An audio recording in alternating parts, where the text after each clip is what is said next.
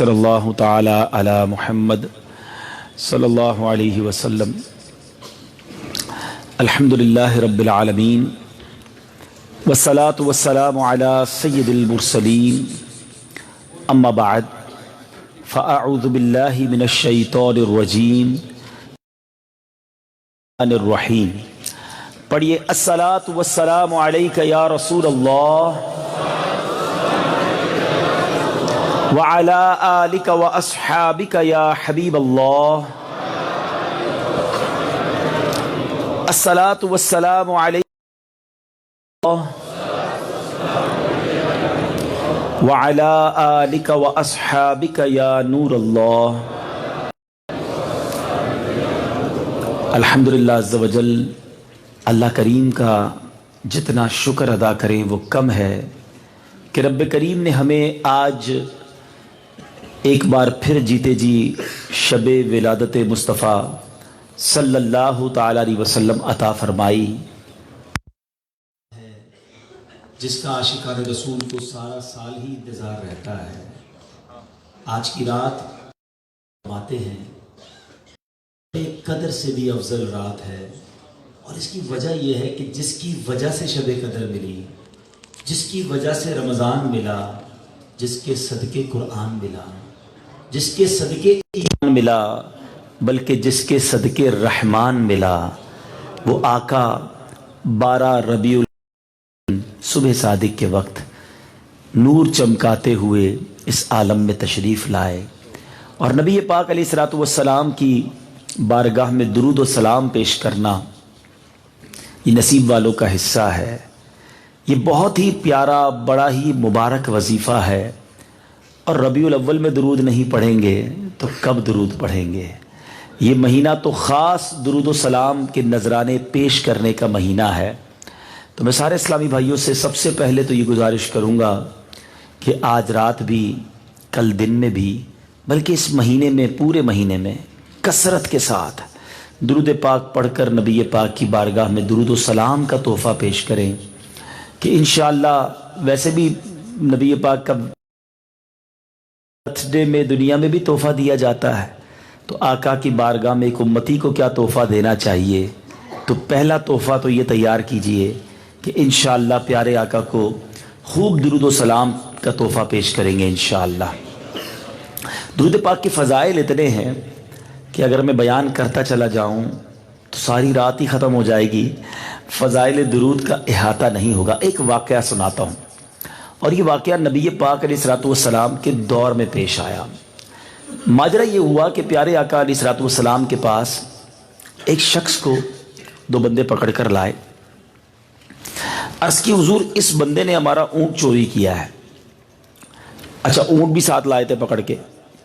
اب بظاہر case complete تھا، اونٹ بھی موجود، یعنی دوسرے لفظوں میں چوری کا مال بھی موجود، 2 گواہ بھی موجود، جس کو نامینیٹ کیا ہے، جس کو نامزد کیا ہے وہ بھی موجود، یعنی آلموسٹ کیس کمپلیٹ تھا۔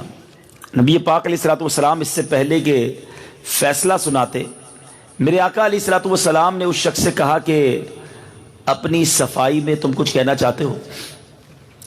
وہ عاشق رسول تھے، صحابی رسول تھے۔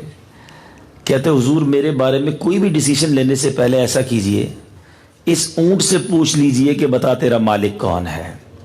I have no witness with me، میرے ساتھ گواہ کوئی نہیں ہے، میں اکیلا ہوں، تنہا ہوں۔ اب میرے پاس بے گناہی ثابت کرنے کا ایک ہی طریقہ ہے کہ حضور آپ اس اونٹ سے کہیے، اس اونٹ سے پوچھئے کہ بتا تیرا مالک کون ہے۔ اب میں یہاں اس واقعے کو بریک کرتا ہوں اور آپ کی توجہ دلانا چاہتا ہوں۔ یہ وہ صحابی رسول تھے، اور ان کا عقیدہ اور ایمان دیکھیں، یہ جانتے تھے کہ ہم جس نبی کے دربار میں موجود ہیں، یہ اشارہ کریں تو چاند 2 ٹکڑے ہو جایا کرتا ہے، یہ دعا کریں تو سورج پلٹ آتا ہے۔ یہ وہ آقا ہیں کہ جن کی بارگاہ میں ابو جہل آ کر بند مٹھی میں کچھ چیز لے کر آئے اور کہے اے محمد اگر اللہ کے سچے نبی ہو تو بتاؤ اس میں کیا ہے؟ اور نبی پاک فرمائے کہ ابو جہل میں بتاؤں اس مٹھی میں کیا ہے، جو کنکر ہیں وہ بتا دیں میں کون ہوں۔ نبی پاک تو وہ ہے کہ اگر انہوں نے اونٹ سے فرمانا ہے تو اللہ نے اونٹ کو زبان دے دینی ہے۔ یہ بلیف تھا صحابہ کا، یہ عقیدہ تھا صحابہ کا۔ نبی پاک نے اس اونٹ سے سوال کیا کہ بتا تیرا مالک کون ہے. آج تک اونٹ نے جانوروں والی زبان میں تو بات کی تھی، مگر آسمان نے پہلی بار یہ منظر دیکھا کہ جب نبی پاک کی آواز سنتا ہے وہ اونٹ تو انسانی زبان میں بولنا شروع کر دیتا ہے. عرض کرتا ہے حضور آپ اللہ کے سچے نبی ہیں، اور یہ بندہ جس کو یہ لائے ہیں نا نامزد کر کے، نامینیٹ کر کے، یہی میرا مالک ہے، یہ دونوں جھوٹے ہیں. نبی پاک علیہ الصلوۃ والسلام نے اب بہت خوش ہوئے کیونکہ وہ بندہ بچ گیا، جو غلط الزام تھا اس سے بچ گیا. تو پیارے آقا علیہ الصلوۃ والسلام نے جو فرمایا اے میرے امتی، تو کون سا ایسا نیک عمل کرتا ہے کہ اتنی بڑی رسوائی سے بچ گیا؟ کیونکہ اس زمانے میں تو چور کی سزا ہاتھ کاٹنا تھی نا، ہاتھ کٹ جاتے تو جدھر بھی جاتے چور کے نام سے پکارے جاتے. تو پیارے آقا نے فرمایا بتا تیرا کون سا نیک عمل ہے جس کی وجہ سے تو اتنی بڑی ذلت و رسوائی سے بچ گیا. اب اس صحابی رسول نے جو جواب دیا وہ تو بات کی بات ہے، ذرا عشق والی بات تو دیکھو. کرم تو نبی پاک نے کیا، معجزہ تو پیارے آقا نے دکھایا، اور غلام سے ہی پوچھ رہے تیرا کون سا نیک عمل ہے جو تو بچ گیا. شاعر لکھتے ہیں نا، آتا ہے فقیروں پہ انہیں پیار کچھ ایسا، آتا ہے فقیروں پہ انہیں پیار کچھ ایسا، خود بھیک دیں اور خود کہیں منگتا کا بھلا ہو. خود ہی معجزہ دکھایا اور خود ہی امتی سے پوچھ رہے ہیں تیرا کون سا نیک عمل ہے. امتی کہتے ہیں حضور میرا کوئی خاص عمل نہیں ہے، ہاں ایک عادت ہے کہ آپ کی ذات پر کثرت سے درود پاک پڑھتا ہوں. پیارے آقا علیہ الصلوۃ والسلام نے ارشاد فرمایا بس یہ عمل کرتے رہنا. حدیث کا مضمون ہے جس طرح دنیا میں ذلت سے محفوظ ہوا ہے اس طرح آخرت میں بھی ذلت و رسوائی سے محفوظ ہو جائے گا. تو ہے میرے میٹھے اسلامی بھائیوں، میلاد منانے کے لیے ہم آئے ہیں. ہم سارے چاہتے ہیں کہ ذلت و رسوائی سے بچے رہیں، ہم سارے چاہتے ہیں کہ کبھی ذلیل نہ ہوں، کبھی پریشان نہ ہوں. اگر آپ بھی چاہتے ہیں تو درود پاک کو تھام لیجئے، چلتے پھرتے اٹھتے بیٹھتے درود پاک پڑھیے. اس مبارک رات ایک نیت کرنی ہے میں نے اور آپ نے کہ آج ہمارا موبائل ہم سے گھنٹوں کھینچ لیتا ہے. سوشل میڈیا کے نام پر ہم روزانہ گھنٹوں موبائل کو دیتے ہیں، درود کو کتنا ٹائم دیتے ہیں، اللہ اور اس کے حبیب کے ذکر کو کتنا ٹائم دیتے ہیں. آج نیت کر لیں انشاءاللہ کہ آج کے بعد روزانہ کثرت کے ساتھ درود پاک پڑھیں گے. کثرت سے درود پاک پڑھنا کس کو کہتے ہیں؟ علماء فرماتے ہیں اگر کوئی شخص 313 مرتبہ روزانہ کم از کم درود پڑھ لے تو وہ کثرت کے ساتھ درود پاک پڑھنے والوں میں شامل ہو جاتا ہے. تو میں بھی نیت کروں، آپ نیت کر لیں، اور ایک بار محبت کے ساتھ با آواز بلند درود پاک پڑھ لیں. صلو علی الحبیب صلی اللہ تعالی علی محمد صلی اللہ علیہ وسلم. ولادت کی رات ہے، کیا بیان کریں اور کیا بیان نہ کریں. سچی بات تو یہ ہے کہ آج وہ لمحات ہیں کہ دل خوشی سے جھوم رہا ہے، اور نبی پاک علیہ الصلوۃ والسلام کی ولادت کی خوشی ہم کیوں نہ بنائیں کہ پیارے آقا وہ ہیں جن کے صدقے یہ کائنات بنی ہے. رسول اللہ صلی اللہ تعالیٰ علیہ وسلم he is the reason of all creation. یہ وجہ تخلیق کائنات ہیں. یہ کائنات کی ساری رنگ و بو، کائنات کی ساری رانائیاں، میں آپ سب کچھ، زمین آسمان، تارے ستارے، چاند سورج پہاڑ، یہ سب دم کا دم سے ہے. اور یہ میں سے نہیں کہہ رہے، یہ حدیث قدسی ہے. اب آئیے میں آپ کو وہ حدیث سناتا ہوں.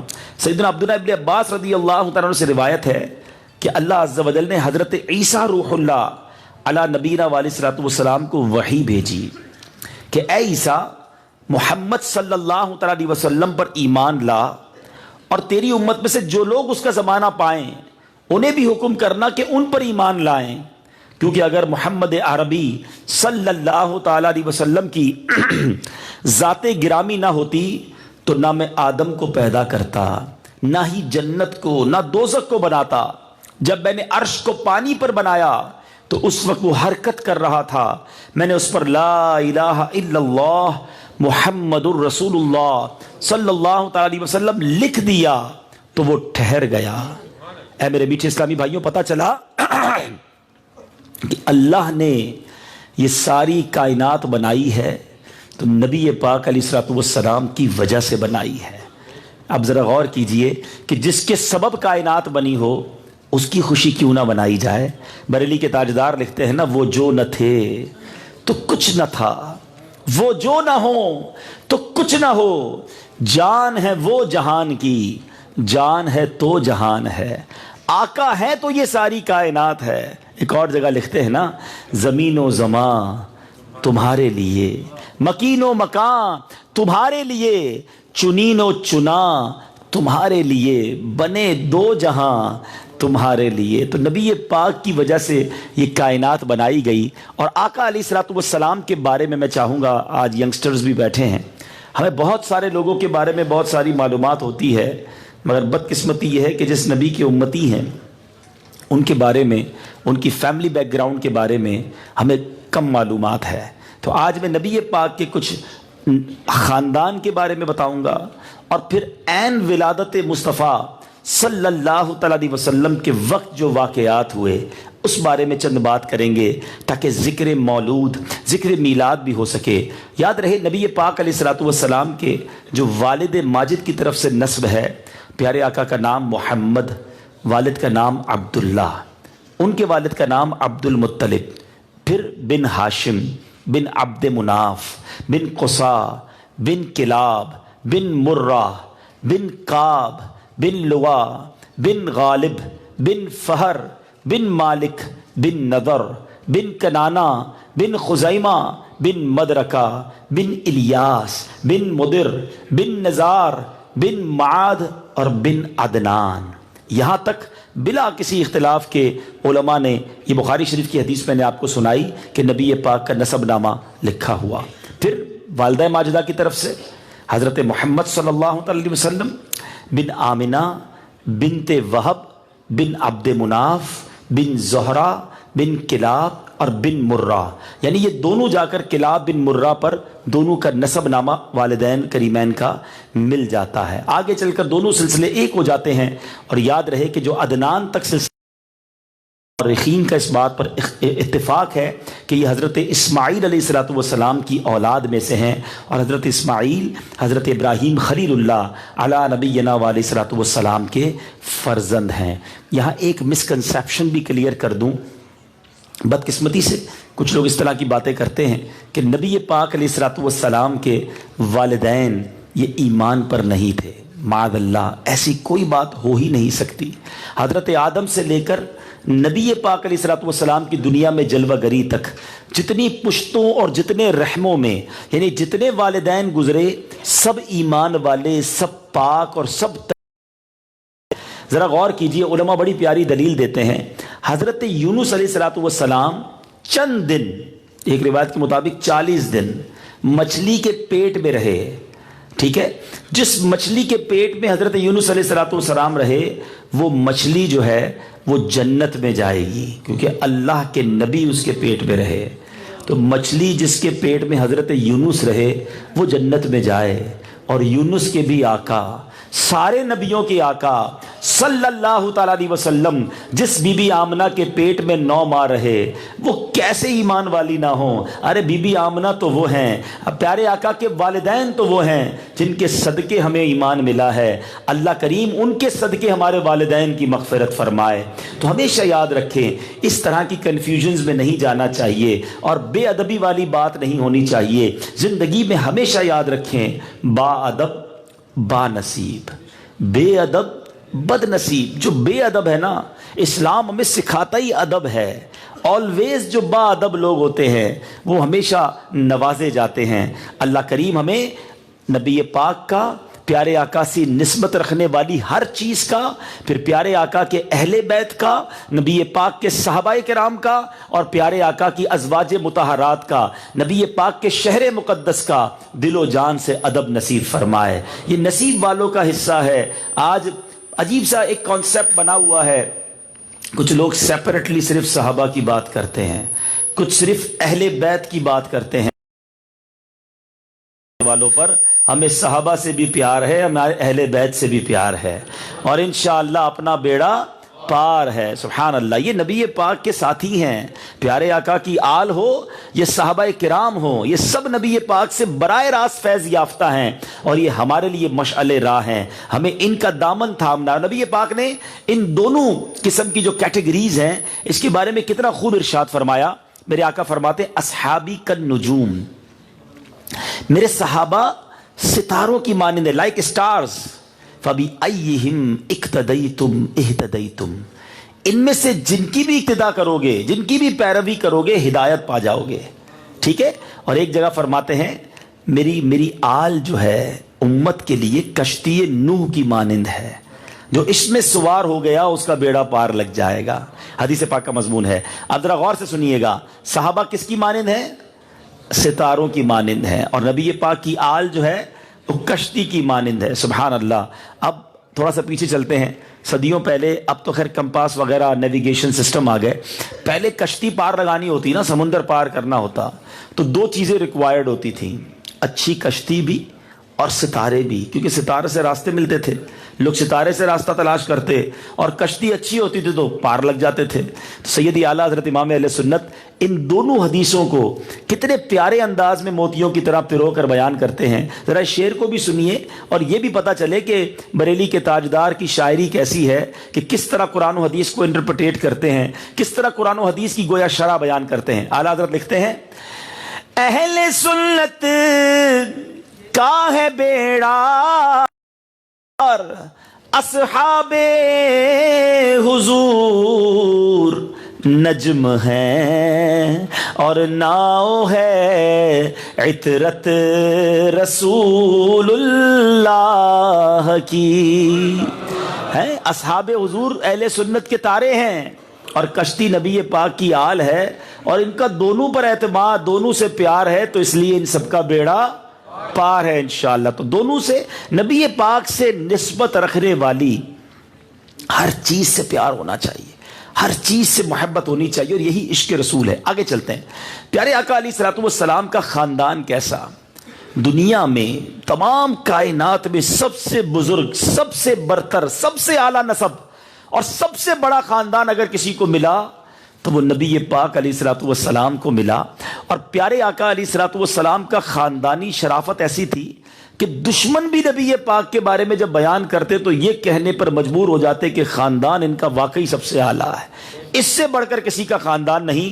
خود نبی پاک علیہ الصلوۃ والسلام فرماتے، مسلم شریف کی حدیث ہے کہ اللہ نے حضرت اسماعیل علیہ الصلوۃ والسلام کی اولاد میں سے کنانہ کو برگزیدہ بنایا، سلیکٹ کیا.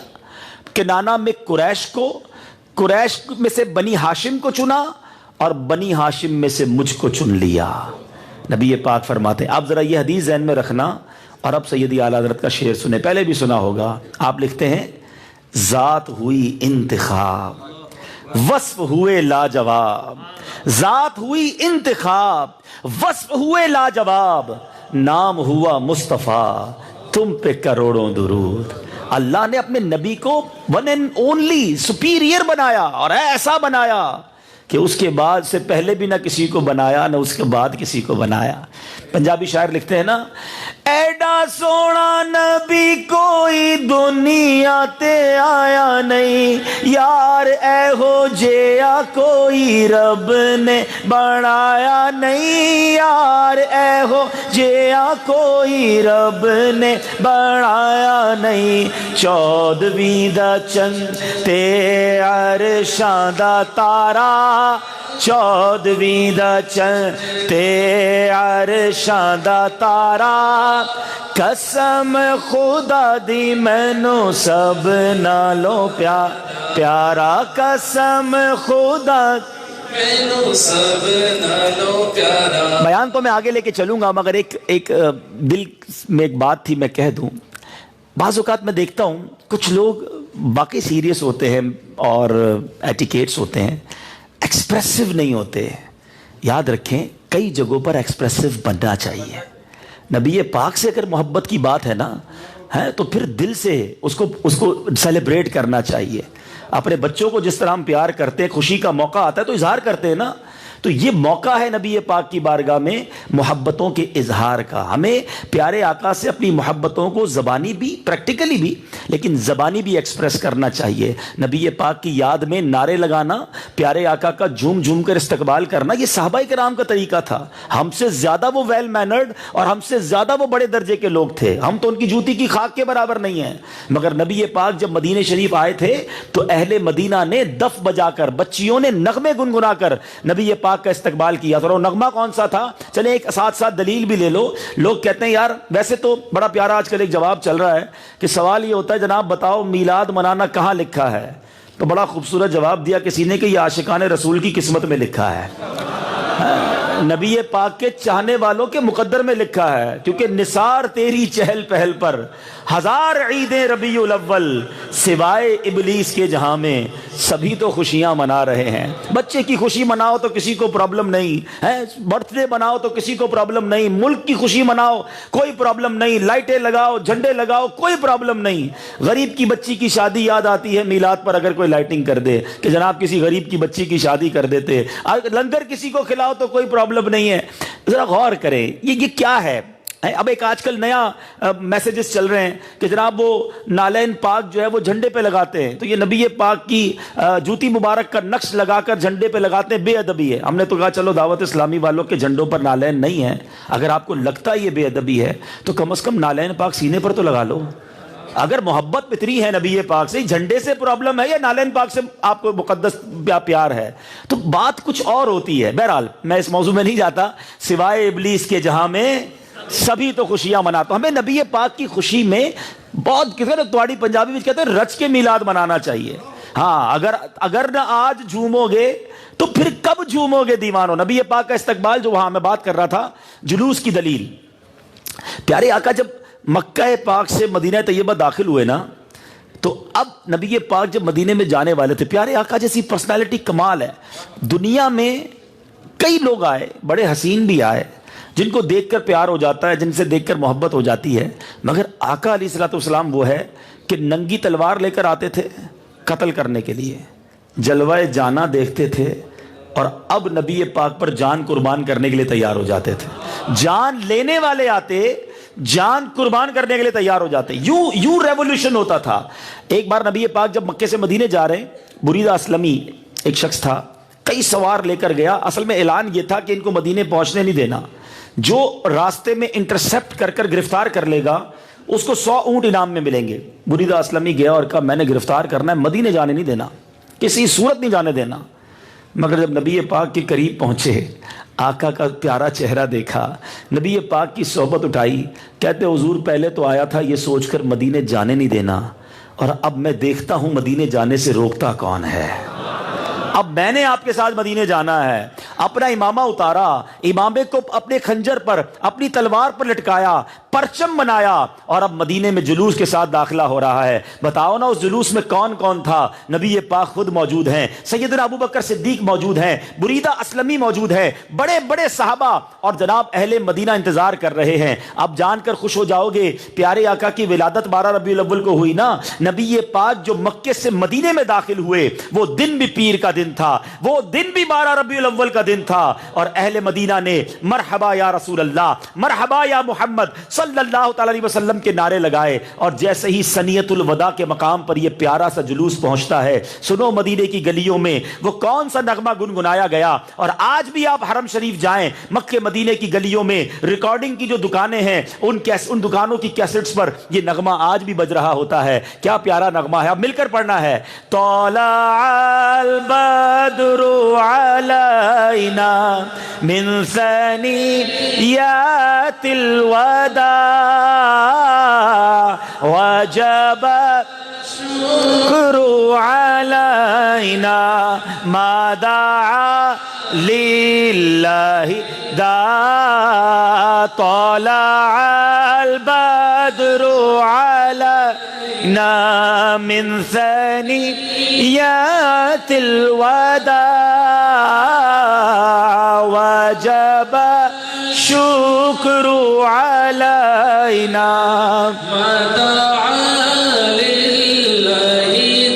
انشاءاللہ نبی پاک کا میلاد انشاءاللہ مناتے رہیں گے انشاءاللہ. ہاں ہم رہیں نہ رہیں میلاد رہے گا انشاءاللہ.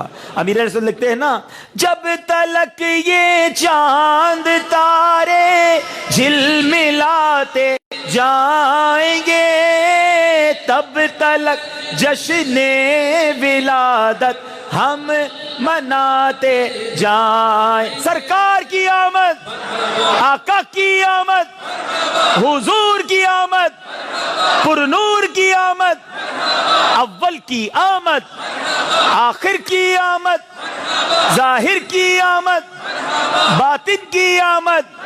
مرحبا یا مصطفیٰ، مرحبا یا مصطفیٰ، مرحبا یا مصطفیٰ. اصل میں بیان کر رہا تھا، مجھے ایسا لگ رہا تھا کہ ٹھنڈ زیادہ پڑ گئی ہے. کراچی کا تو میں ہوں لیکن پنڈی والوں کو زیادہ ٹھنڈ. اب ذرا عشق کی گرمی نظر آئی نا، تو اب وہ کہتے ہیں نا اب بیان میں بھی مزہ آئے گا. میں بیان کری جا رہا ہوں، میں نے کہا اتنے سارے لوگ ہیں، کوئی آواز کوئی جواب ہی نہیں ہے، تو تھوڑا سا کرنٹ لگانا پڑتا ہے. عشق رسول کی گرمی کی بھی کیا بات ہے.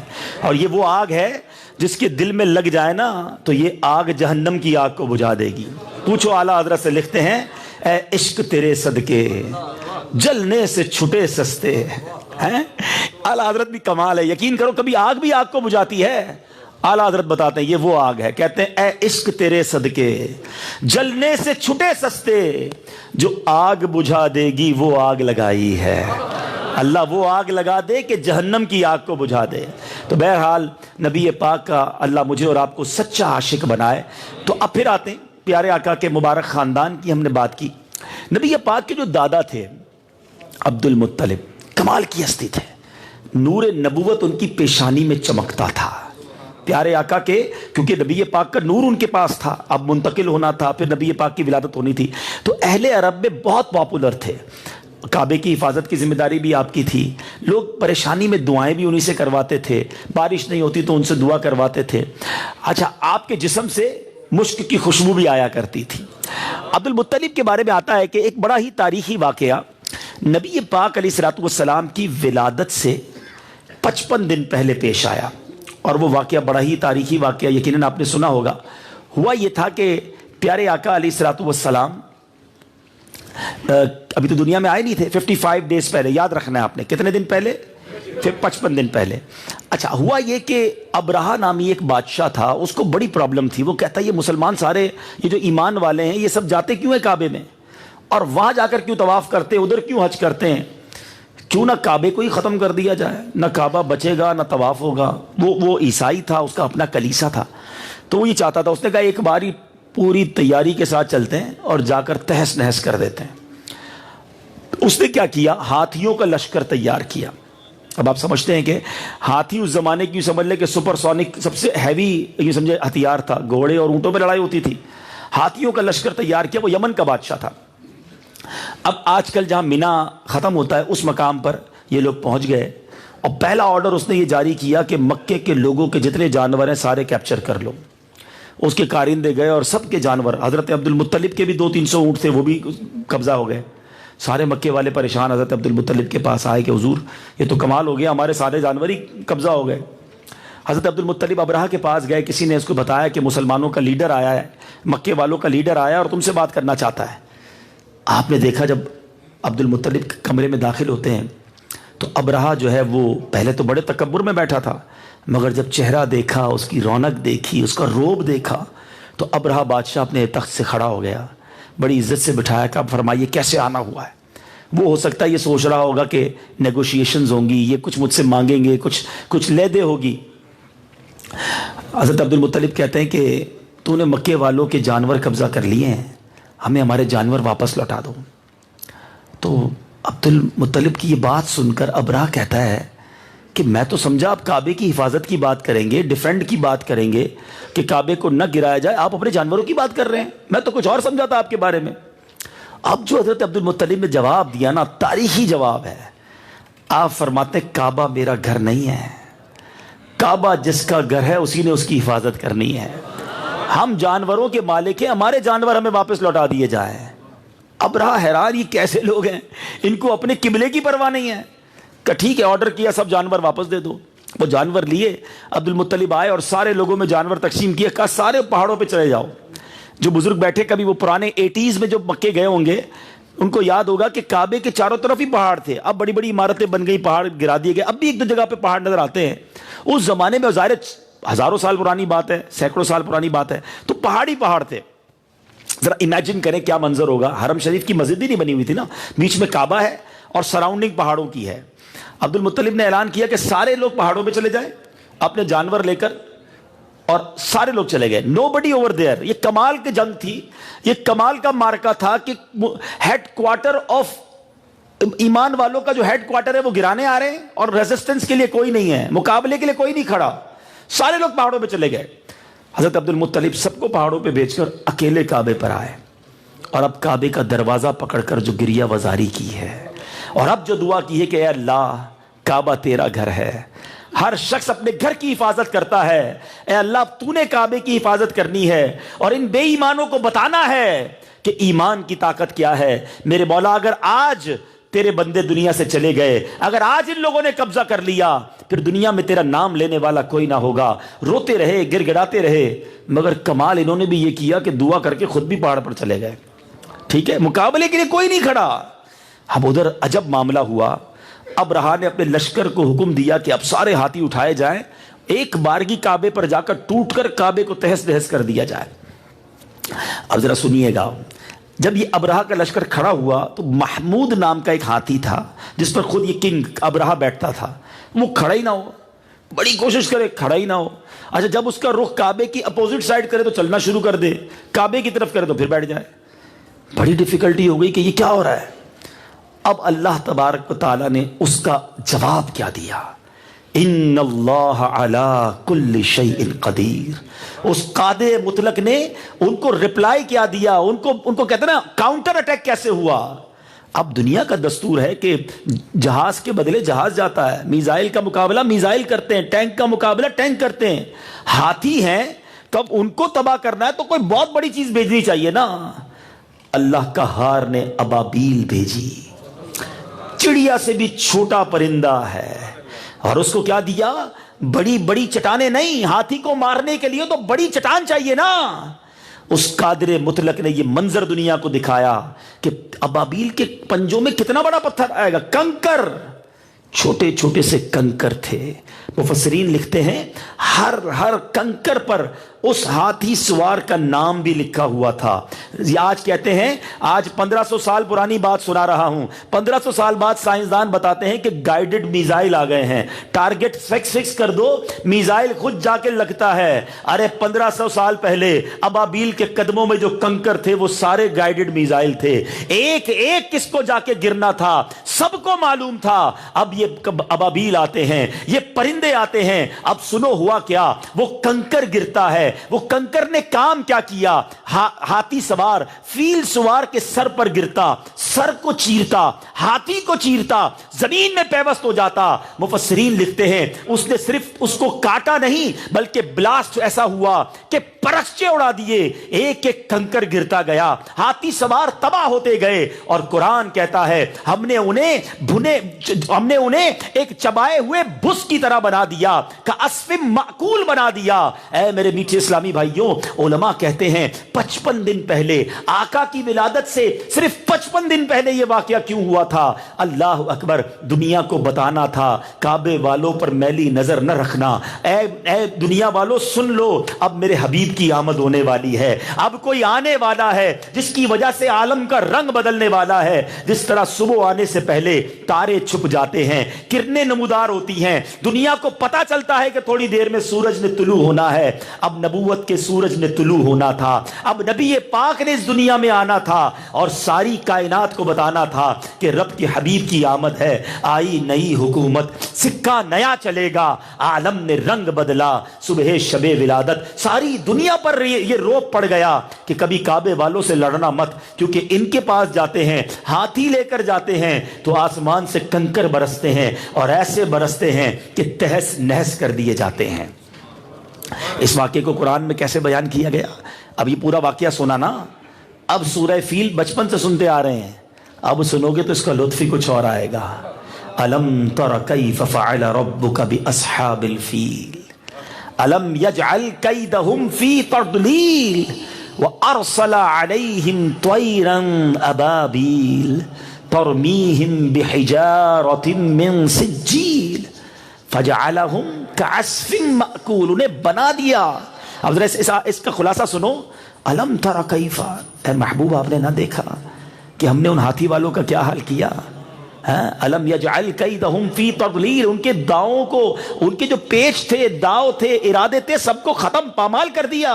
کیا کیا ہم نے؟ وَأَرْسَلَ عَلَيْهِمْ طَيْرًا أَبَابِيلَ، پرندے بھیجے۔ انہوں نے کیا کیا؟ انہوں نے اب ان پر وَأَرْسَلَ عَلَيْهِمْ طَيْرًا أَبَابِيلَ تَرْمِيهِمْ بِحِجَارَةٍ مِّن سِجِّيلٍ، ان پر پتھر پھینکے، کنکر پھینکے، اور ان کنکروں کا رزلٹ کیا ہوا؟ فَجَعَلَهُمْ كَعَصْفٍ مَأْكُولٍ۔ وہ کہتے ہیں نا، اون کو اگر آپ ریزہ ریزہ کر دیں، روئی کے دھاگے کو، روئی کو جس کو کہتے ہیں نا نچوڑ دیں یا اس کو پرزا پرزا کر دیں، ان کو اس طرح چبائے ہوئے بھس کی طرح بنا دیا۔ ذرا غور کریں۔ اب یہاں میں ایک اور عشق والی بات کر دوں۔ الم تر کیف فعل ربک باصحاب الفیل، علماء بھی بیٹھے ہیں، اس کا ترجمہ کبھی پڑھیے گا۔ اے محبوب آپ نے نہ دیکھا کہ ہم نے ان ہاتھی والوں کا کیا حال کیا؟ اچھا تھوڑی دیر پہلے میں نے ایک بات یاد کروائی تھی، یہ واقعہ کب ہوا تھا نبی پاک کی ولادت سے؟ شاباش، یاد رکھا ہے نا، یہ ہمیشہ یاد رکھنا، اور جب بھی سورہ فیل پڑھنا تو اپنے بلیف اور عقیدے کو اور مضبوط کرنا۔ آقا تو دنیا میں آئے نہیں تھے، اور قرآن کہہ رہا ہے اے محبوب تم نے نہ دیکھا؟ الم ترى کیف، اے محبوب تم نے نہ دیکھا کہ ہم نے ہاتھی والوں کا کیا حال کیا؟ آقا تو تشریف ہی نہ لائے تھے۔ اللہ اکبر، یہ پتا چل رہا ہے کہ نبی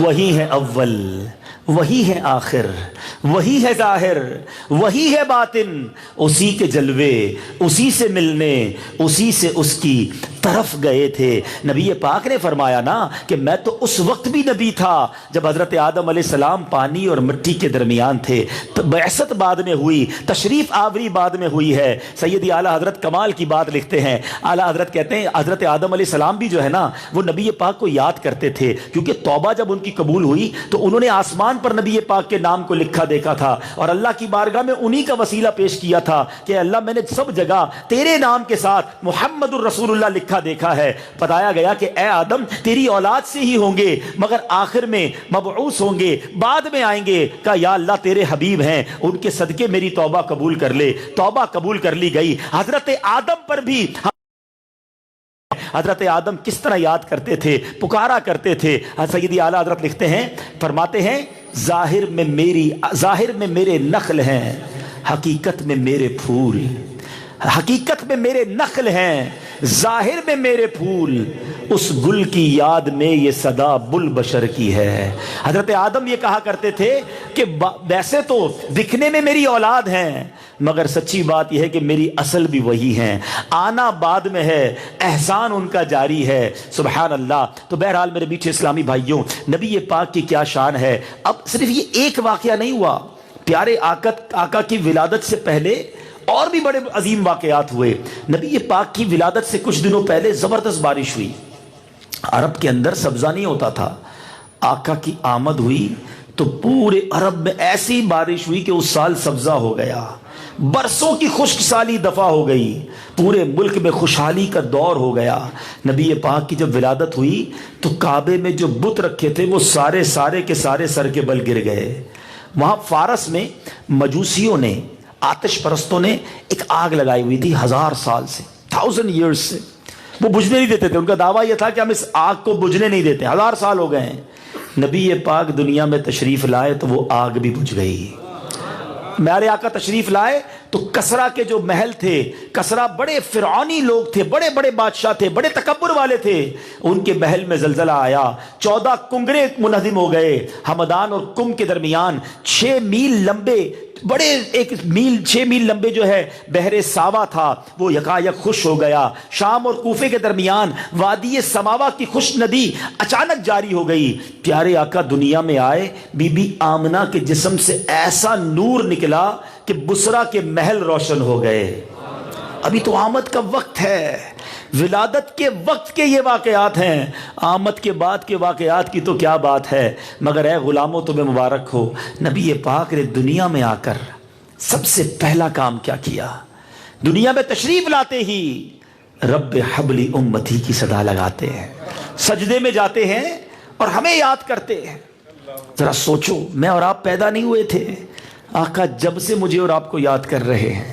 لوگ آج عجیب عجیب کہتے ہیں نا، فلاں کا فین ہوں، اس کو فالو کرتا ہوں، اس سے ایڈمائر ہوں، میں اس کو بڑا دیکھتا ہوں، میں اس کے جیسے بال رکھنا چاہتا ہوں، میں اس کا جیسا ڈریس پہنتا ہوں، میں اس کے جیسے اسٹیپس لیتا ہوں۔ اچھا، تم دنیا میں جس کے بھی فین ہو، بتاؤ کیا وہ تمہیں جانتا ہے؟ نہیں نا۔ تمہیں کبھی یاد کیا اس نے؟ نہیں نا۔ تمہارا خیال رکھا کبھی اس نے؟ آپ کہیں گے مجھے جانتا ہی نہیں تو خیال کیسے رکھے گا؟ ارے اس سے محبت کرتے ہو، اس کے دیوانے ہو، اس کے فین ہو، نہ تمہیں جانتا ہے، نہ کبھی یاد کیا، نہ کبھی تمہارا خیال رکھا۔ اس پر دل و جان قربان نہ کریں کہ جب میں پیدا نہ ہوا اور وہ دنیا میں آئے تو مجھے یاد کیا۔ رب حبلی امتی کہتے ہوئے پیدا ہوئے، حق نے فرمایا کہ بخشا الصلاۃ والسلام۔ صرف پیدائش کے وقت نہیں، نبی پاک مکے کی گلیوں میں ہمیں یاد رکھتے، طویل سجدے کرتے، پیارے آقا کے پیروں پر ورم پڑ جاتے، یادگاری امت میں آنسو بہاتے۔ سیدی اعلیٰ حضرت لکھتے ہیں نا، اللہ کیا جہنم اب بھی نہ سرد ہوگا، رو رو کے مصطفیٰ نے دریا بہا دیے ہیں۔ ہمارے لیے اتنے آنسو آقا نے بہائے، اس طرح ہمیں یاد رکھا۔ سنو، یہ سلسلہ ختم نہ ہوا، پھر نبی پاک کو رب نے معراج عطا فرمائی۔ معراج میں رب نے اپنے قریب بلایا، اللہ نے اپنا دیدار کروایا۔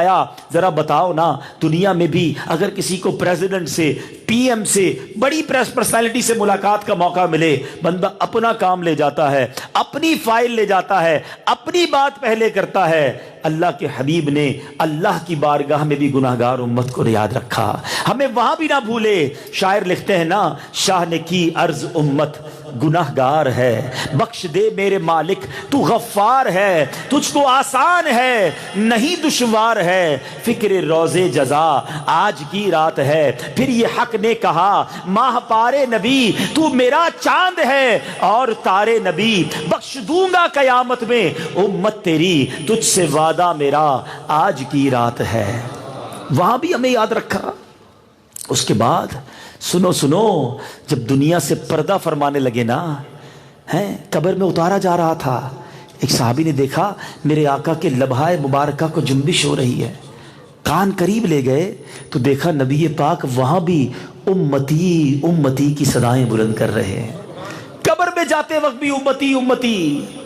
اب اور ایک بات جو بتانے جا رہا ہوں، شاید پہلی بار بہت سے لوگ سنیں گے۔ سیدی اعلیٰ حضرت امام اہل سنت فتاوی رضویہ میں لکھتے ہیں، آج بھی نبی پاک اپنی قبر میں امتی امتی کی صدا بلند کر رہے ہیں۔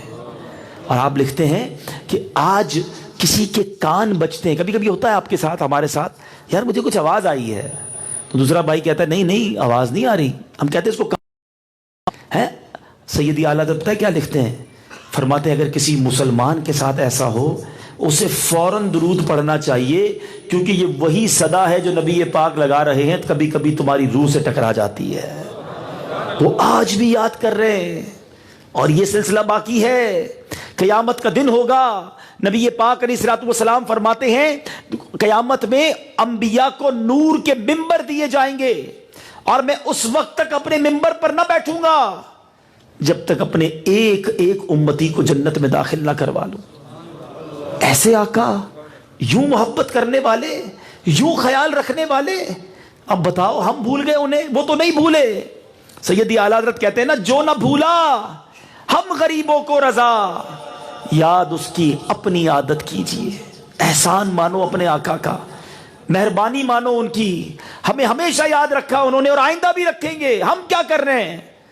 امتی ہونے کی حیثیت سے میری آپ کی کیا ذمہ داری ہے؟ اے میرے میٹھے اسلامی بھائیوں، یہ محفل میلاد منعقد کرنا، یہ جلوس میں شرکت کرنا، یہ پرچم لگانا، یہ لائٹیں لگانا بہت اچھی بات ہے، مگر پریکٹیکل میلاد کچھ اور ہے۔ اس کے ساتھ ساتھ کچھ سٹیپس اور بھی میں نے اور آپ نے اٹھانے ہیں۔ بتائیے نا، ایک طرف تو میں نعرہ لگاؤں کہ غلامی رسول میں موت بھی قبول ہے، اور جو یہ کہتا ہے مجھے غلامی رسول میں موت بھی قبول ہے، اس کو نماز قبول کیسے نہیں ہے؟ نبی پاک فرماتے ہیں قرۃ عینی فی الصلاۃ، کہ نماز میں میری آنکھوں کی ٹھنڈک ہے، اور عاشق رسول کہلانے والا کیسے نماز قضا کر دیتا ہے؟ آؤ میرے میٹھے اسلامی بھائیوں، اس بار میلاد تھوڑا نئے انداز سے مناتے ہیں نا. گھر تو سجا لیا, پرچم تو لگا لیے, مگر آپ اپنا سراپا بھی تو سجائیں نا. ایسا مزہ آ جائے کہ آپ کے دوستوں میں سے کوئی پوچھے یار آپ تو 5 وقت نماز پڑھنے لگ گئے, تو ہم جواب دیں کہ ہاں میرے آقا کا میلاد آیا, میں نے پکی نیت کر لی ہے کہ میں نبی پاک کے میلاد کی خوشی میں اب میری کوئی نماز قضا نہیں ہوگی. ارے آپ نے جھوٹ بولنا چھوڑ دیا, آپ تو کاروبار میں کبھی کبھی جھوٹ بھی بولتے تھے. بس یار میں سچے نبی کا امتی ہوں, میں نے نیت کر لی ہے, میلاد کا مہینہ آیا, میں نے جھوٹ سے توبہ کر لی, اب صرف سچ بولوں گا اور حلال روزی کماؤں گا. ارے بھائی آپ کے چہرے پہ یہ ہلکی ہلکی داڑھی آ گئی ہے. تو ہم جواب دیں کہ میں جس نبی کا امتی ہوں وہ بھی تو داڑھی والے ہیں. میں نے نبی پاک کو تحفہ پیش کرنے کے لیے اب چہرے پر داڑھی سجا دی ہے. اٹھنا بیٹھنا, گفتگو انداز, کاروبار, فیملی ٹرمز, کیا یہ سنت کے مطابق نہیں ہونے چاہیے؟ کیا یہ میلاد اس طرح نہیں ہونا چاہیے؟ اور یقین کریں جو اپنے میلاد کو اس انداز سے منائے گا نا, اور نبی پاک کی بارگاہ میں یہ تحفے پیش کرے گا کہ حضور اب آپ کا امتی ہوں, کبھی کسی کو تکلیف نہیں پہنچاؤں گا, کیونکہ آقا کی حدیث سنو. مسلمان کو تکلیف دینے والے جو لوگ ہیں نا, گالی دینے والے, جھگڑا کرنے والے, مال دبانے والے, ظلم کرنے والے, تکلیف پہنچانے والے, سنو تم کسی بندے کو تکلیف نہیں دے رہے. سنو بات کہاں تک جاتی ہے. آقا فرماتے من آذا مسلمن فقط آذانی, جس نے کسی مسلمان کو تکلیف دی اس نے مجھے تکلیف دی. ومن آذانی فقط آذ اللہ, اور جس نے مجھے تکلیف دی اس نے اللہ کو ایذا پہنچائی. سوچو نا یہ بات کدھر تک جاتی ہے.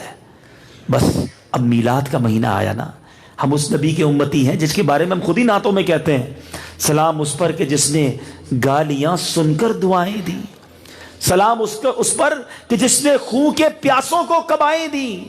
آقا جانی دشمنوں کو معاف کر دیں, میں اپنے ملازم کو معاف نہ کروں, میں اپنے رشتہ دار کو معاف نہ کروں, میں اپنے دوستوں کو معاف نہ کروں. چھوٹی سی بات پر بھائی سے بات نہیں کر رہا, خاندان تباہ ہو گئے, دوریاں ہو گئی, دشمنیاں ہو گئی. نہیں جائیں گے اپنے چاچا کے گھر, بھائی کیوں نہیں جاتے, وہ بھی تو نہیں آئے تھے ہمارے گھر, انہوں نے دعوت میں نہیں بلایا تھا, مسکرا کر نہیں ملے تھے, ہمیں عزت نہیں دی تھی, ہم ان کے گھر گئے تھے. اتنی سی بات پر رشتہ داری ختم, دوستیاں ختم. میاں بیوی برسوں سے دور بیٹھے ہیں, بیوی کہتی شوہر آ جائے تو چلی جاؤں گی, معافی مانگے پہلے مجھ سے تو چلی جاؤں گی. شوہر کہتا بیوی آ کر معافی مانگے تو میں لے جاؤں گا. ایک سوری نے میاں بیوی کو دور بٹھایا ہوا ہے, ایک معافی نے دوست یاد بھی بڑی آتی ہے, وہ دوست بھی بڑا یاد آتا ہے, لیکن اب ایگو ہے نا, میں کیوں مانگوں معافی, غلطی اس نے کی تھی, وہ آئے نا, میں تو نہیں جھکوں گا. یہ کون سی اسلام کی تعلیمات ہے؟ یہ نبی پاک کا امتی ایسا نہیں ہوتا. آقا کی جان لینے لوگ آتے تھے, نبی پاک انہیں معاف بھی فرماتے تھے, انعام بھی عطا فرما دیتے تھے. اور ہم گالی کوئی دے دے, بری بات کر لے, دوستی ختم, بات چیت ختم. ارے ختم کرو بھائی, میلاد کا مہینہ آ گیا, خوشیوں کا مہینہ آ گیا, تھوڑی سی زندگی ہے, محبتیں بانٹ کے جیو. مزہ یہ ہو کہ کل آپ ہو سکے تو ابھی ورنہ کل فون کریں, جس سے بھی بات چیت بند ہے, جس سے بھی دوستی ختم ہے, جو بھی رشتہ داروں میں دور ہے, کہ بھائی میں اللہ کی رضا کے لیے آپ سے معافی مانگتا ہوں, میلاد کی مبارکباد دیتا ہوں, آؤ مل کر زندگی گزارتے ہیں. یقین کرو آپ کی پہل کرنا برسوں کی دشمنی کو ختم کر دے گا. لیکن یہ نہ سوچنا کہ میں آگے کیوں بڑھوں, آپ آگے بڑھ جائیں, آپ کو زیادہ ثواب ملے گا. آخری حدیث سنا کر اپنی گفتگو کو اختتام کی طرف لاتا ہوں. اللہ کرے یہ میسج آپ لے جائیں میلاد کا. اللہ کے حبیب فرماتے ہیں صلی اللہ تعالی علیہ وسلم, اس کا مضمون ہے جو معاف نہیں کرتا وہ معاف نہیں کیا جائے گا, جو رحم نہیں کرتا اس پر رحم نہیں کیا جائے گا. معاف کرنے والے بنو, درگزر کرنے والے بنو. ہو جاتی ہے غلطی, انسان ہی سے تو غلطی ہوتی ہے, اور کس سے ہوگی؟ آپ کی بیوی بھی انسان ہے, آپ کے بچے بھی انسان ہیں, آپ کے بھائی بہن, ملازم, پڑوسی, سب انسان ہیں. معاف کر دو. بندے کو معاف کر کے نا اللہ سے عرض بھی کرنا, اللہ میں بندہ ہو کر میں نے اس کو معاف کر دیا ہے, مالک تو مجھے بھی معاف کر دے, میرے گناہ بھی معاف کر دے, مجھے پکڑیو نہیں, حساب نہ لیجیو. جو معاف نہیں کرتے نا ریونج لیتے ہیں, نہیں چھوڑوں گا, بتاؤں گا میں کون ہوں, میں بتاؤں گا کیسے کیسے بات کی جاتی ہے, بدلہ کس کو کہتے ہیں اب میں بتاؤں گا, مجھ سے بدتمیزی کی ہے اب میں بتاؤں گا میں کون ہوں. یہ جو اس طرح کی جو جری ہوتے ہیں نا, تم یہ تو بتا دو کہ تم کون ہو, مگر رب نے اگر تمہیں پکڑ لیا نا ایک ایک بات پر, پھر اللہ کی بارگاہ میں کیا جواب؟ غلطیاں نہیں ہماری, کوتاہیاں نہیں ہیں؟ اگر ادھر سے پکڑ شروع ہوئی تو کدھر ہے جواب ہمارے پاس؟ معاف کرو اس نیت کے ساتھ کہ رب مجھے اور آپ کو معاف فرما دے. تو خدا را اس میلاد کے مہینے میں چینج لائیے، بدلاؤ لائیے اپنی لائف میں. یہ اجتماع آج ہونا، یہ اجتماع ہم سب کی زندگی کا ٹرننگ پوائنٹ بنے. میں نہیں چاہتا کہ آپ یہاں سے باہر جائیں اور آپس میں بات ہو کیسا اجتماع تھا، یار بہت اچھا اجتماع تھا، خوب مزہ آیا، نعرے لگائے، کھانا کھایا، گیٹ ٹوگیدر ہوئی، بس اور کیا نہیں. آپ کی زندگی میں بحریہ ٹاؤن کا یہ اجتماع ایک یادگار اجتماع بن جائے کہ میں اس اجتماع میں گیا تھا نا، اس کے بعد میں نے اپنے فلاں دوست کو معاف کر دیا، فلاں رشتہ دار سے دوستی کر لی. میں اس اجتماع گیا تو بے نمازی تھا، 5 نمازیں پوری نہیں پڑھتا تھا، اس کے بعد سے میں نمازی بن گیا ہوں. میں گیا تو جھوٹ بولنے والا تھا، واپس آیا ہوں، میں نے توبہ کر لی ہے جھوٹ سے. میں نبی کا امتی ہوں، پیارے آقا علیہ السلام ہم سچی بات کی تعلیم دینے والے ہیں. میں کبھی کبھی اپنے کاروبار میں کوئی نہ کوئی ٹوسٹ، دھوکہ، بد زبانی کرتا تھا، بس اب میں نے توبہ کر لی، کیونکہ نبی پاک کا فرمان سنو، من غش فلیس منا، جو دھوکہ دے وہ ہم میں سے نہیں. ارے قیامت کے دن پیارے آقا کے سوا ہے کون ہماری بخشش کروانے والا؟ اگر انہوں نے ہی قیامت کے دن کہہ دیا کہ جاؤ تم ہم میں سے نہیں ہو، تو اپنے تو گئے نا. ہمیں آقا کے قدموں سے ہی لپٹنا ہے قیامت کے دن. جن کا میلاد منانا ہے انشاءاللہ انہی کے ساتھ جنت میں جانا ہے. لیکن ان چیزوں سے اوائڈ بھی تو کرنا ہوگا نا جس کا انہوں نے منع کیا، ہمیں سمجھایا. تو اے میرے میٹھے اسلامی بھائیوں، حرام دیکھنا چھوڑ دیں، حرام سننا چھوڑ دیں، حرام کھانا چھوڑ دیں. تھوڑی سی زندگی ہے، سنت کے مطابق گزار لیں. پھر دیکھیں نبی پاک کیسی نگاہ رحمت فرماتے، کیسی خاص عنایت ہوتی ہے. آپ کے دکھ، آپ کی پریشانیاں، آپ کی مصیبتیں، آپ کے غم، آپ کے کاروبار، آپ سارے مسئلے حل ہو جائیں گے. کیونکہ جس سے اللہ اور اس کے رسول راضی ہو گئے اس کی دنیا میں بھی خیر ہے، اس کی آخرت میں بھی خیر ہے. تو نیت کرتے ہیں انشاءاللہ آج کے بعد ہماری کوئی نماز قضا نہیں ہوگی. ایسے نہیں، ایسے نعرہ لگاؤ کہ یہ یہاں سے شیطان بھی بھاگ جائے اور اس پوری مارکی جو ہے نا، اس کی فضا ہماری نیتوں کی گواہ ہو جائے انشاءاللہ. آج کے بعد ہماری کوئی نماز قضا نہیں ہوگی.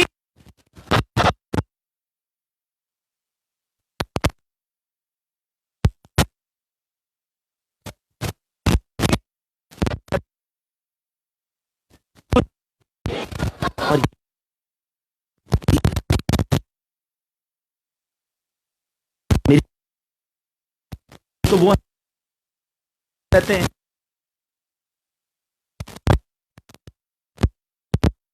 سنیما یاد آتا ہے، کانسرٹس یاد آتے ہیں، نماز بھی پڑھے تو مذاق اڑاتے دوست، کیا ہو گیا بھائی تجھے مولوی بن گیا نماز پڑھنے جا رہا ہے. تو ایسے دوستوں میں رہ کر تو میں نمازی نہیں بنوں گا. یاد رکھنا، آپ شرابیوں کے ساتھ بیٹھ کر اللہ کے پسندیدہ بندے نہیں بن سکتے. You have to change your company. اگر واقعی نیک بننا ہے تو نیک لوگوں کی کمپنی بھی اختیار کرنی ہوگی. اور سبحان اللہ، دعوت اسلامی کا ماحول ہمارے سامنے ہے جہاں 1000 نہیں، لاکھ نہیں، کروڑوں لوگوں کی تقدیریں بدل گئی ہیں. وہ نوجوان جو گانے باجے، شراب، بے حیائی کے کاموں میں لگے رہتے تھے، اب ماشاءاللہ مسجدوں کے امام بن گئے ہیں، نیکی کی دعوت دیتے نظر آتے ہیں. طرح طرح کے فیشن کرنے والے نبی پاک کی سنتوں کے پیکر نظر آتے ہیں. ہمارے سامنے یہ ریولوشن ہو رہا ہے نا، اور ہر فیلڈ کے لوگ دعوت اسلامی سے وابستہ ہو رہے ہیں. کیا بزنس مین ہوں، کیا اسٹوڈنٹس ہوں، کیا ٹیچرز ہوں، کیا ججز ہوں، کیا وکلاء ہوں، کیا ڈاکٹرز ہوں، ہر فیلڈ کے لوگ. کیونکہ ہم کسی کو یہ نہیں کہتے اپنی فیلڈ چھوڑیں، اپنی ساری زندگی ویسے ہی گزارے جیسی آپ گزار رہے ہیں. بس اس سافٹ ویئر میں جہاں جہاں وائرس آیا ہے اس کو ڈیلیٹ کر دیں. حرام کام کو چھوڑ دیں. کاروبار کریں، بالکل کریں، بنداس کریں، حرام نہ کریں، جھوٹ نہ بولیں، حلال کمائیں. آپ اسٹڈیز کرتے ہیں، بالکل کریں، لیکن جائز طریقے سے کریں. کسی کو تکلیف، 5 وقت نماز پڑھیں. تو صرف میں یہ چاہوں گا کہ آپ اگر یہ کنٹینیوٹی چاہتے ہیں، کیونکہ کئی ایسے ہوں گے جو پہلی بار دعوت اسلامی کے کسی اجتماع میں آئے ہیں، تو آج یہ میسج لے کے جائیں. بحریہ ٹاؤن میں ماشاءاللہ یہ اتنا پیارا اجتماع ہے. اور مجھے ایک پیپر پر بحریہ ٹاؤن میں جو دعوت اسلامی کام کر رہی ہے، جو کاوشیں ہیں، تو یہ بڑی خوشائن بات ہے کہ جامعۃ المدینہ بحریہ ٹاؤن میں فیز 7 میں اسلامک سینٹر ہے جس میں عالم بنانے کا کورس کروایا جاتا ہے. وہ کہتے ہیں نا گھر میں ایک ڈاکٹر ہونا چاہیے، فیملی میں ایک وکیل ہونا چاہیے. سچی بات یہ ہے، گھر میں ایک عالم ہونا چاہیے. عالم دین وہ ہے جو دنیا میں بھی ہمیں بچائے گا اور جنت میں بھی لے کے جائے گا. قیامت کے دن اعلان ہوگا، جب لوگ جنت میں جا رہے ہوں گے نا، تو اعلان ہوگا کہ علماء رک جائیں اور لوگوں کی شفاعت کریں، انہیں بھی جنت میں ساتھ لے جائیں. تو میرے گھر میں میرا بیٹا عالم ہو، ہے میرا بھائی عالم ہو، بلکہ میں خود بھی تو عالم بن سکتا ہوں. درس نظامی کے لیے عمر کی کوئی قید نہیں ہے. تو جائیں ذرا یہ فیز 7 کے اسلامک سینٹر کو وزٹ کریں. مدرسۃ المدینہ ایک مدرسہ ہے ہمارا حفظ و ناظرہ کا. فیز 8 میں اسلامک سینٹر اور گلریز، شاید یہ بھی کوئی علاقہ کوئی جگہ ہوگی، تو وہاں مدرسہ ہے ماشاءاللہ. 3 یہاں پر ہفتہ وار ویکلی اجتماع بھی ہوتا ہے، وہ بھی فیز 7 اسلامک سینٹر میں ہوتا ہے. اسلامی بہنوں کے اجتماعات اور کورسز جو ہے وہ فیز 8 کے اسلامک سینٹر میں ہوتے ہیں. 2 پلاٹس مسجد اور مدرسہ کے لیے ماشاءاللہ لیے جا چکے ہیں، اور مارکیٹس میں ماشاءاللہ 6 جائے نمازیں بھی بنی ہوئی ہیں، اور یہ ماشاءاللہ آج بڑی محفل کا انعقاد ہے. تو یہ چھوٹی سی کارکردگی جو ہے وہ بحریہ ٹاؤن کی ہے. سب ساتھ دو نا، تو یہ اگلے سال اللہ مجھے توفیق دے، جو بھی یہاں آئیں گے وہ اس سے 12 گنا زیادہ بتا رہے ہوں گے. تو سب ساتھ دیں گے آپ دعوت اسلامی کا؟ ہماری نسلوں کا سوال ہے نا، یہ ہمارے بچوں کی تربیت کے لیے دعوت اسلامی والے کوشش کرتے ہیں، تو ان کو سپورٹ کریں، ان کو ساتھ دیں تاکہ یہ مزید دین کا کام کریں. ماشاءاللہ راولپنڈی اسلام آباد میں پہلے تو میں آپ کے آل ٹوگیدر دعوت اسلامی کے کچھ 1-2 شعبہ جات کے بارے میں بتاتا ہوں، پھر بتاتا ہوں اس میں سے راولپنڈی اسلام آباد کی کیا کیفیت ہے.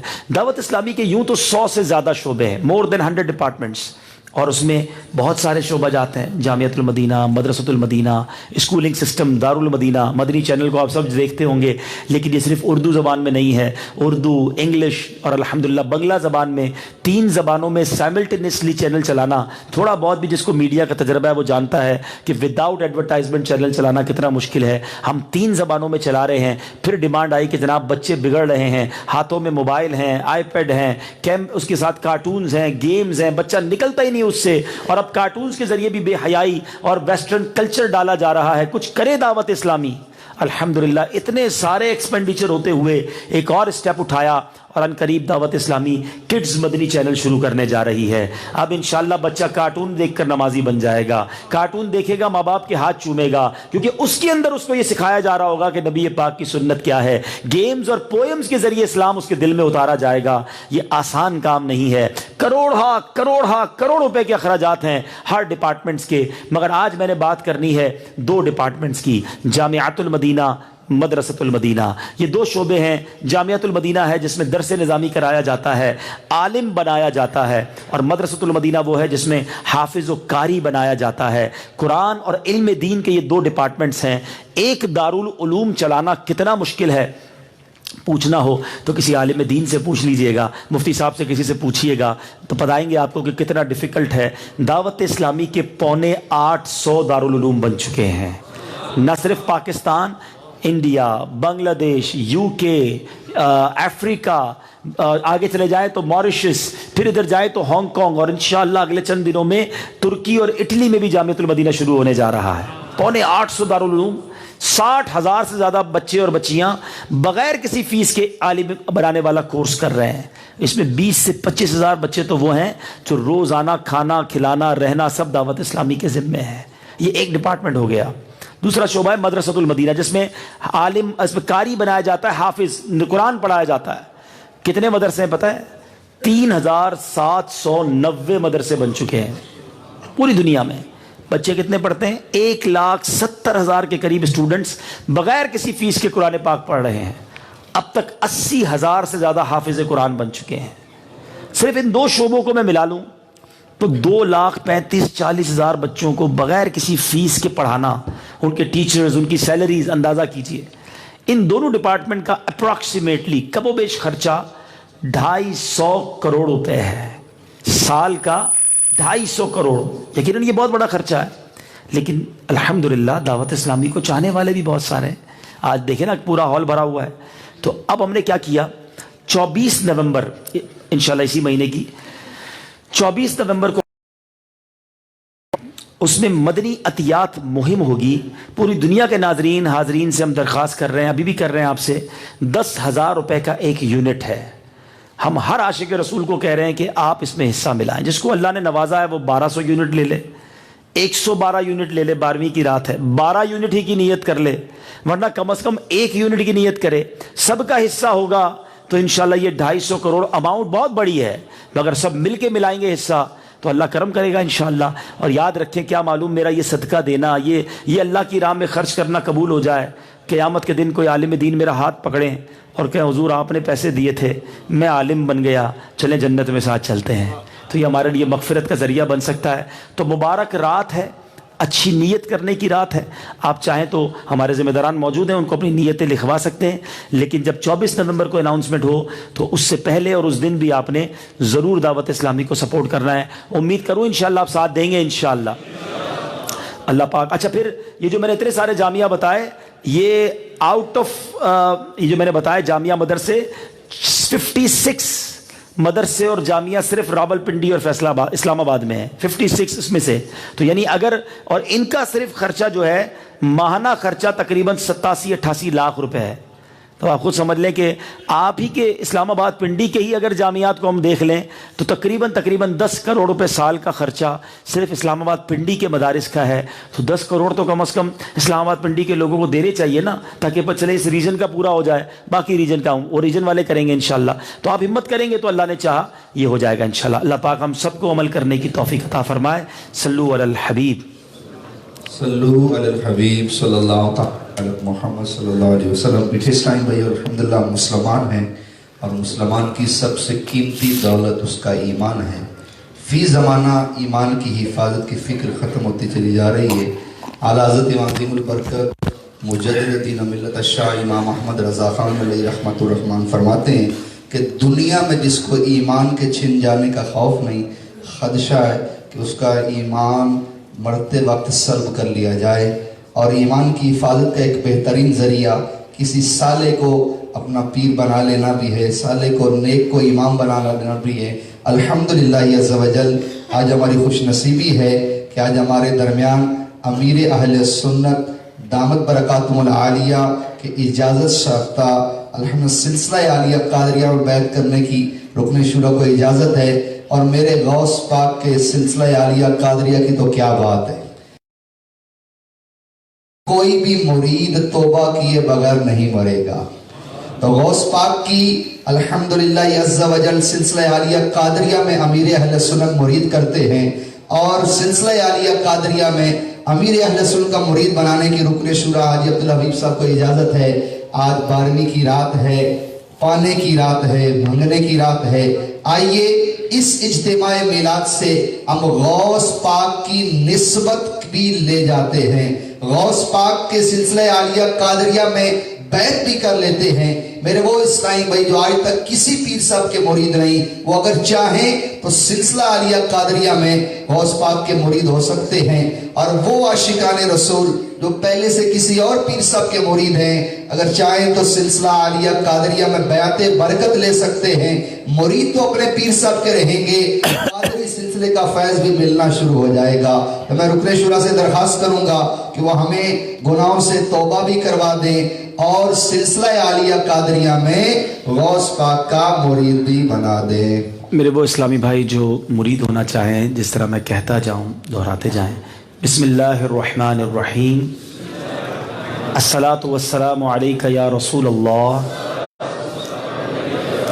وعلی آلک واصحابک یا حبیب اللہ. لا الہ الا اللہ محمد الرسول اللہ صلی اللہ تعالی علیہ وسلم. توبہ کرتا ہوں میں اپنے تمام پچھلے گناہوں سے, اور وعدہ کرتا ہوں میں کہ آئندہ شریعت پر چلوں گا, بد مذہبوں اور برے لوگوں کی صحبت سے بچتا رہوں گا, نماز روزے کی پابندی کرتا رہوں گا, والدین کی نافرمانی, جھوٹ, غیبت, چغلی, وعدہ خلافی, گالی گلوچ, فلمیں, ڈرامے, گانے باجے, بے پردگی وغیرہ وغیرہ گناہوں سے بچتا رہوں گا. اے اللہ میری اس توبہ کو قبول فرما اور مجھے میرے وعدے پر ثابت قدم رکھ. مرید ہوتا ہوں میں خاندان عالی شان قادریہ رضویہ عطاریہ میں. میں نے اپنا ہاتھ آپ کے ذریعے سے شیخ طریقت امیر اہل سنت کے ہاتھ میں دیا اور ان کے ذریعے سرکار بغداد حضور غوث پاک رضی اللہ تعالی عنہ کے ہاتھ میں دیا۔